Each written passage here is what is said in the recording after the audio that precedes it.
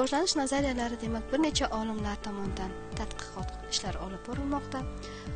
Umuman olganda rivojlanishdagi o'zgarish turlari quyidagicha. Ya'ni inson rivojlanishda jismoniy, shaxsiy, ijtimoiy, kognitiv yoki bir necha boshqa turlarga bo'linadi. Rivojlanish odatda chiziqli emas, spiral ko'rinishda rivojlanish asosiy maqsadga yetishtiradi. Rivojlanishimiz, ya'ni bu bir necha olimlarimiz tomonidan aytib o'tilgan, jumladan Jan Piaget, ya'ni kognitiv rivojlanish nazariyasi ilgari surilgan edi. Bunda qanday masalalar ko'rilgan? Ya'ni kognitiv rivojlanish bosqichlari nazariyasi quyidagi tasvirda ko'rib turganingizdek, ya'ni bolalar rivojlanishdan boshlab to yetuklik darajasiga yetguncha, demak bir necha uning kognitiv masalalari bosqichlarini hisobga olishimiz kerak bo'ladi. Ya'ni undagi sensor motor yoki proporsionallik, konkret operatsional rivojlanishi yoki formal operatsional rivojlanishni ham inobatga olishimiz lozim.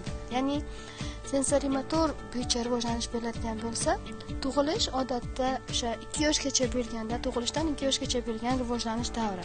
Ya'ni dunyoni sezgi va harakatlar orqali tushunadi. Preparatsional tomonda rivojlanish bo'ladigan bo'lsa, o'sha bolaning 2 yoshdan 7 yoshgacha, ya'ni dunyoni til va aqliy tasvirlar, ko'rish orqali tushunish jarayoni hisoblanadi.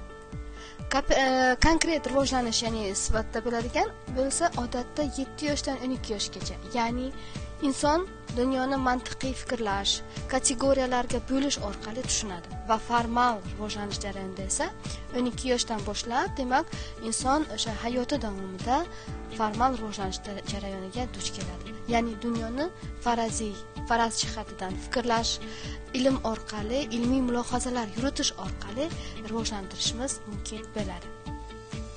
Piaget g'oyalarida odatda sxemalar berish, aqliy namunalardan ko'rsatish yoki insonning o'sha adaptatsiya muhitiga moslashish jarayoni ham bu kognitiv rivojlanishga misol bo'la oladi. Ya'ni o'zlashtirish bu mavjud sxemalardagi ma'lumotlar yoki moslashuvchanlik, mavjud sxemalarni o'zgartirish, muvozanatlashtirish, ta'lim rivojlanish darajasiga moslashtirishimiz kerak bo'ladi. Xo'sh, mana bu yerdagi tasvirda ko'rib turganimizdek, ya'ni 4 oyoqli hayvon bu yoqimli yumshoq kuchuk bo'lishi mumkin. Assimilyatsiya bosqichi hisoblanadi. Yoki moslashuv bosqichida esa men mushukman degan jarayonda bo'lishi. Kognitiv rivojlanish universal, bir variantli, uzluksiz emas jarayonda bo'lishi mumkin. Kognitiv rivojlanish dunyoga moslashga xizmat qiladi. O'qitish kognitiv bosqichga mos kelishi kerak bo'ladi. O'quvchilarimizni, ya'ni bolalarimizni atrof muhit bilan o'zaro ta'sirda muammolarni, bilimlarini faol tarzda shakllantirishi, ular bilan faol o'quvchilar tarzida ish olib borish tushuniladi. Va o'rganishga tayyorlik juda bir yuqori natijaga olib keladi. Piaget nazariyasiga oid ma'lumotga keladigan bo'lsak, bular bosqichlar nazariyasining nomunofiqligi. Ya'ni o'quvchilarimizning qobiliyatlarini yetarlicha baholash imkoniyati mavjud emasligi bo'lishi mumkin. Yoki tadqiqotlar bular juda ham yetarlicha isbotlab berilmagan. Va albatta, inson rivojlanishi uchun tilning muhim roli ham mavjuddir. Yana bir ilmiy tadqiqot olib borgan olimimiz, ya'ni insonning rivojlanish bosqichi bo'yicha Lev Vygotsky. Xo'sh, Lev Vygotsky qanday jarayon yoki qanday tadqiqot olib borgan? Bilish bu rivojlanishning ijtimoiy tarixiy nazariyasi sifatida qaralgan. Unga ko'ra, asosiy element nimaga qaratilgan? Ijtimoiy va madaniy o'zaro ta'sirlar uchun o'rganish juda ham muhim hisoblangan. Ya'ni insonning rivojlanishi uchun ijtimoiy jihatdan, madaniy jihatdan, demak, o'zaro hamkorlikda ishlashi mumkin ekan. Bilimlar birgalikda quriladi. Ya'ni alohida rivojlanish elementlari past bo'lsa, demak, hamkorlikda ishlash, kichik guruhlarda ishlash, o'zaro tajriba almashish jarayoni bu yuqori natijaga erishish ko'rsatkichlariga yetaklaydi. Ya'ni interpsixologik, intrapsixologik jarayonlarni ham inobatga olishimiz kerak ekan. Kattalar va tengdoshlarning roli. Ya'ni jamoada ishlashda, hamkorlikda ishlashdimizda, demak, atrofdagi tengdoshlarning roli ham uning rivojlanishi uchun muhim rol o'ynaydi. Kattalar bolalarga ularning madaniyatini, dunyoni qanday talqin qilinishini va unga qanday munosabatda bo'lishini yetkazishadi. Murakkab ruhiy jarayonlarning ijtimoiy faoliyat sifatida baholanishini ham yetkazib bergan. Ya'ni qiyin vazifa maksimal kognitiv o'sishga yordam beradi. Qanchalik vazifalar yoki topshiriqlarimiz qiyinlik darajasi oshib borgan sari rivojlanish jarayoni ham oshib boradi. O'yinli tarzda olib borish. O'yin tarzda olib borish bolalar o'zlariga kognitiv ravishda tasvirlash imkonini beradi. Ya'ni rolli o'yinlar, harakatli jarayonlar yoki turli xil interfaol texnologiyalarni qo'llash orqali ham rivojlanish imkoniyatini berishimiz mumkin ekan. Lev Vygotsky rivojlanish uchun madaniyat va ijtimoiy omillar hal qiluvchi ahamiyatga egaligini ilgari surgan.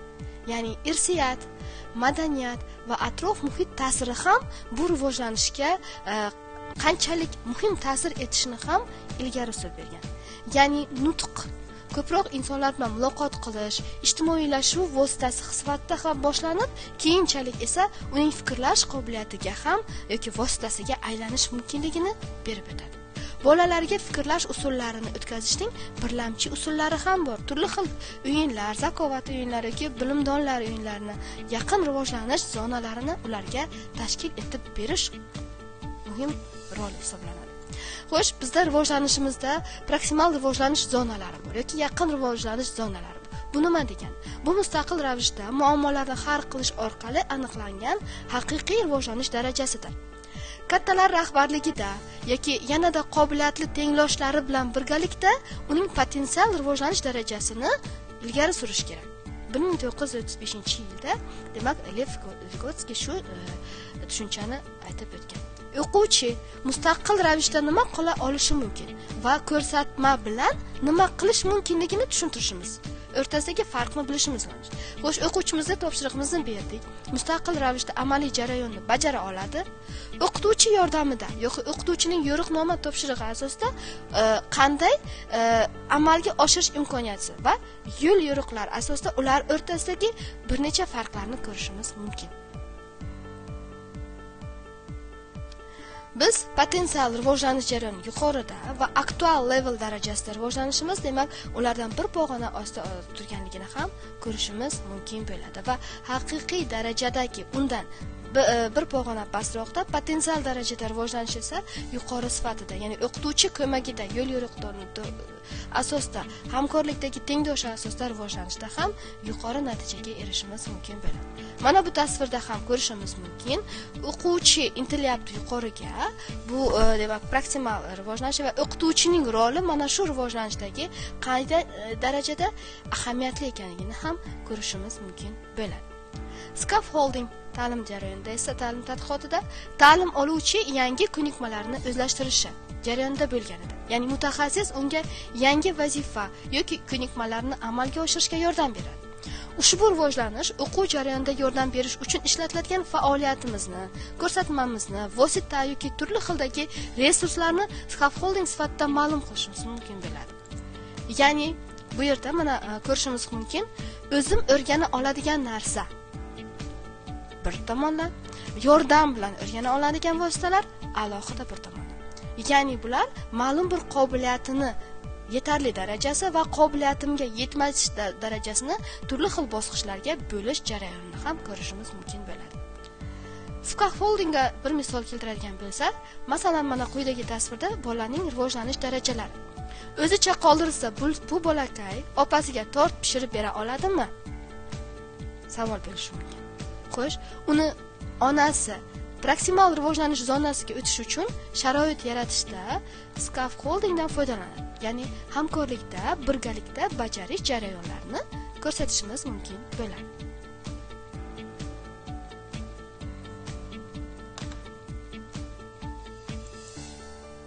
O'qituvchilar foydalanishi mumkin bo'lgan scaffoldingga bir necha misollar keltiraman. O'quvchidan bundan keyin nima qilish kerak? Uning fikrlash jarayoni qanday bo'ldi deb so'rashimiz muhimdir. o'xshash masalalarni yechishni modellashtirish. Misol keltirgan holatda shunga o'xshash masalalarni ularga loyiha, case study sifatida berish. O'quvchilarni kichik guruhlarda, hamkorlikda, jamoaviy ishlashga undash. Ya'ni o'quvchilarda yangi tushunchalar bilan shug'ullanishni oldindan atrofdagi tengdoshlar bilan muhokama qilishga qo'yish. O'qituvchilarga topshiriq bilan shug'ullanishdan oldin uni tasavvur qilishga imkon yaratish. Turli xil ko'rgazmalar yoki videoroliklar, tasvirlar orqali ularga ko'maklashish. Murakkabroq mavzularni yaxshiroq tushunish uchun o'quvchilardan oldingi bilimlardan foydalanishni so'rash va o'quvchilarga tushunchalarni o'rganishga yordam berish uchun materiallarni berish va o'zaro o'zini baholash, o'zini xatolarini tuzatishga, demak, imkoniyatlar berishimiz ham asosiy yaxshi natijalarga olib keladi. Mana bu tasvirda ham ko'rishimiz mumkin yaqin rivojlanish zonasi, ya'ni potensial rivojlanish darajasidagi yangi imkoniyatlar. O'quvchi yordami yoki ham do'sti yordamida, o'qituvchi yordamida ham rivojlanishimiz aktual rivojlanish darajasiga yeta oladi. Assimilyatsiya va akkomodatsiyani farqlay oladigan bo'lsak, demak, assimilyatsiya bu nima?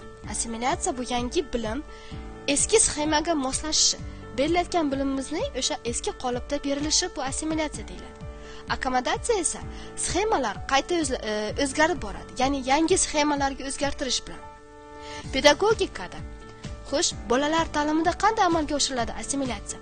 O'yinlar, o'rganish bosqichlari, turli xil topshiriqlar beriladigan bo'lsa, assimilyatsiyamiz nima bo'ladi? Yangi bilimni olishga tezroq yetishtiradi va sodda tushunchalar bilan bolalar pedagogika ta'limini o'zlashtira oladi. Andragogika esa biroz boshqacharoq, ya'ni kattalar ta'limida tajriba va muammolar o'rganiladi. Bu akkomodatsiyada beriladi va o'sha akkomodatsiyada o'qituvchilar kattalar ta'limidagi muammolar chuqurroq tahlil qilinadi. Tajriba, bilim va ko'nikmalar orqali tajribalarni yanada yuqori bosqichlarga yetaklashimiz bu akkomodatsiyalarimizni olib keladi. Ko'proq bilimga ega bo'lish yoki ko'proq bilimga ega bo'lgan kishi qanday andragogikada bosqichlarga ega bo'lishi mumkin? Bu yerda sizda 8 ta bosqichni misol sifatida keltirdim. Ya'ni ehtiyojlarni aniqlash. Avvalambor pedagogikada, o'sha beriladigan kattalar ta'limidagi andragogika ta'limimizda o'qituvchiga qanday ehtiyoj mavjudligimizni aniqlash, talab, muammo va ularning oldingi tajribalarini qo'llash orqali muammolar hal etilib aniqlab olinadi. Ikkinchisi bu maqsadni belgilash. Ya'ni ularning rivojlanishi uchun aniqlangan talab va muammolarni maqsadga yetishtirishimiz uchun qanaqa maqsadni belgilang, ya'ni qanaqa ro'yxat asosida tajriba turlarini, amaliy maqsadlarimizni, hamkorlikdagi ishlarimizni qo'yib olishimiz lozim. Tajribani faollashtirishimiz, muhokama etish, refleksiya jarayonlarini amalga oshirishimiz. To'rtinchisi bu modellashtirish va yo'naltirish. Ularga namuna ko'rsatma berish orqali yo'naltirib berishimiz.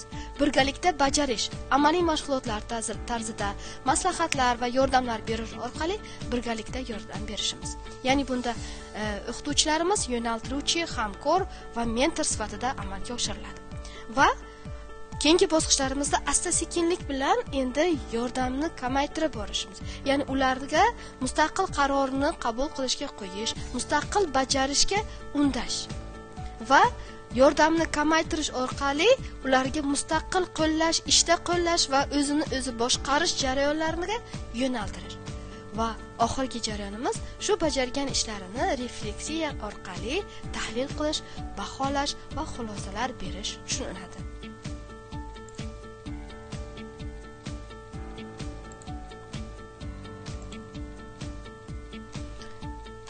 Ko'proq bilimga ega odam bu faol o'quvchining ko'plab kashfiyotlarini xuddi repetitor kabi hamkorlikda muloqotda sodir bo'ladi. Ya'ni yo'naltirilgan ishtirokchi yoki yo'naltirilgan shogirdlik sifatida.